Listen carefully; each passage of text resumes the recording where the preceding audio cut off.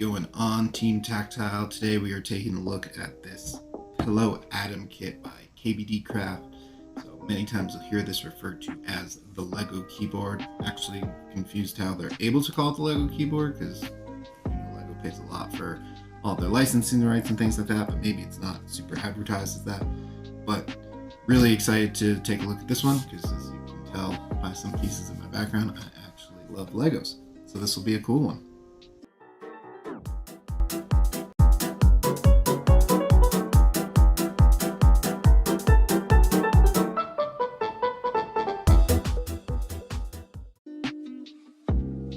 Here,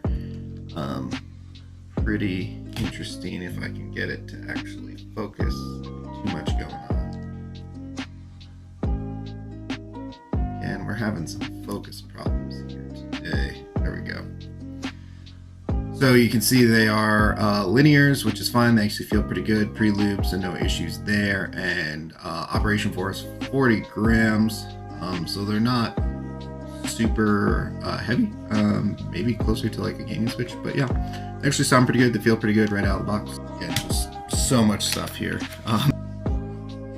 So let me grab the instruction manual, which I'm guessing is going to be somewhere we can get going. All right, so I think I'm just going to go through this one step, possibly without showing me doing it, but the initial things, I heard the instructions were very good. They are, everything's here, the counting and stuff, everything's monotone is a little annoying. Things are 5, 6 and things like that. So for you Lego aficionados out there, you know how good of a job they do trying to color code and, make it very obvious, light grays, dark grays, things like that. So that's my first kind of headache with this. All right, so step 3, getting a little easier to understand the instructions and the counting. Again, it's not that it's hard, it's just that it could be easier, but it is starting to come together. So, all right, we got through step 4. These gaskets are kind of miserable. You really need to separate them before you start peeling them off, because otherwise they just rip.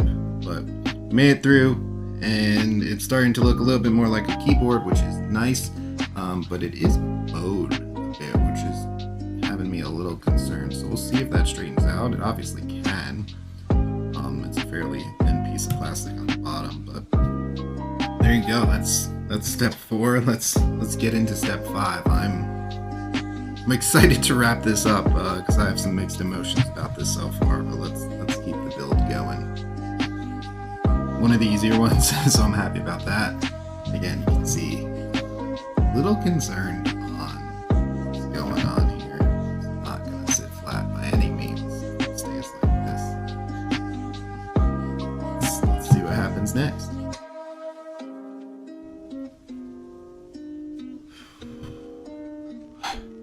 Alright.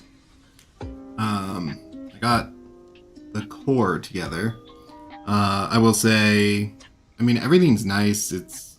I get the manufacturing, it's a little annoying having to pop out your own like foam pieces and stuff. The switches are a little over lubed because I'm just getting, my fingers are kind of coated in lube after putting them in. But everything fits nice and secure, which is really nice. And that sound is phenomenal just with this. Like I would type on just this. So I have high hopes, which is good because frankly the rest of the construction's been really frustrating to deal with. So I'm gonna get this in and see what we're dealing with as far as a fully constructed keyboard goes. Alright, so we are back in business with the board together. It's possibly flattened out a bit, but still pretty obvious how crooked it is. Maybe just look there. You can definitely see that's got quite the bow to it. It really sounds really, really nice, which is what everyone has said as well. So let's keep going, see where we get to. All right, we have made it to the end. There we go, step 7. Everything looks finished. It has flattened out quite a bit, I would say, so that's good. It still has a little bit of a bow to it, which you can definitely see, but it's not really super noticeable when you have it like flat. But let me throw the keycaps that came with it on, because we got those right here. All right, so got this keyboard together. Let's do a quick sound test.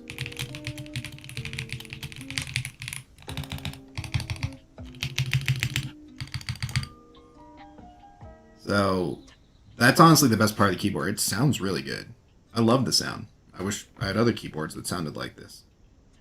That's number one in the pros for this. Everything else I think is a con. The parts are flimsy. The construction is not great. I think the instructions are lacking in how you do them. You know, you go through this, like, they seemed great to start, but everything's monotone. It's really hard to know what you're doing, the length of all the pieces. You have these tips up here, that this one is a tip, I guess in theory, to follow the instructions. And then this is not a tip to put the core in. And if you miss the core, it's the first page. For some reason, it's not step 1, it's like step 0. So there's a lot to be done, I think, as far as making this easier to build, easier to understand. And then, like, I broke a stabilizer, so obviously there's some flimsiness there. And nothing says, you know, kind of lack of quality, I'd say, like the bend in the keyboard that I have, which I think that side's better. So it's fantastic for the price is the reality though. Like at $100 you get something that sounds really great, and it is more hands-on to build, but I found the build incredibly frustrating. I'd much rather build really any other keyboard that I've been through. I'd rather solder a board than go through this. But the PCB, the foam, the plate, even the keycaps, even though they're light, like that combination is amazing. It's just the case itself that is lagging. So like they could take this and make a really cool keyboard out of it, and it will sound fantastic, even just in plastic clearly, and just make it flat, and it would work really great.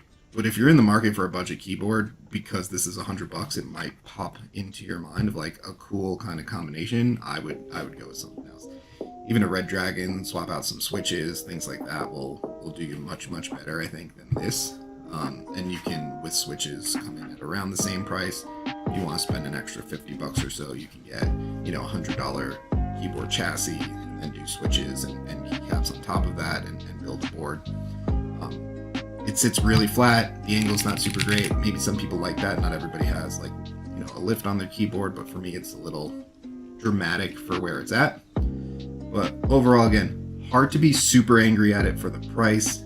As somebody who likes Legos and likes keyboards, a little disappointing, but really a fantastic sound, so I can't be upset there. It's just the construction and the quality of the pieces felt a little flimsy. So let me know if you guys agree. I feel like people were really positive on this, but you get a lot of people that are sent products for free, paid for this, so you know, it is what it is.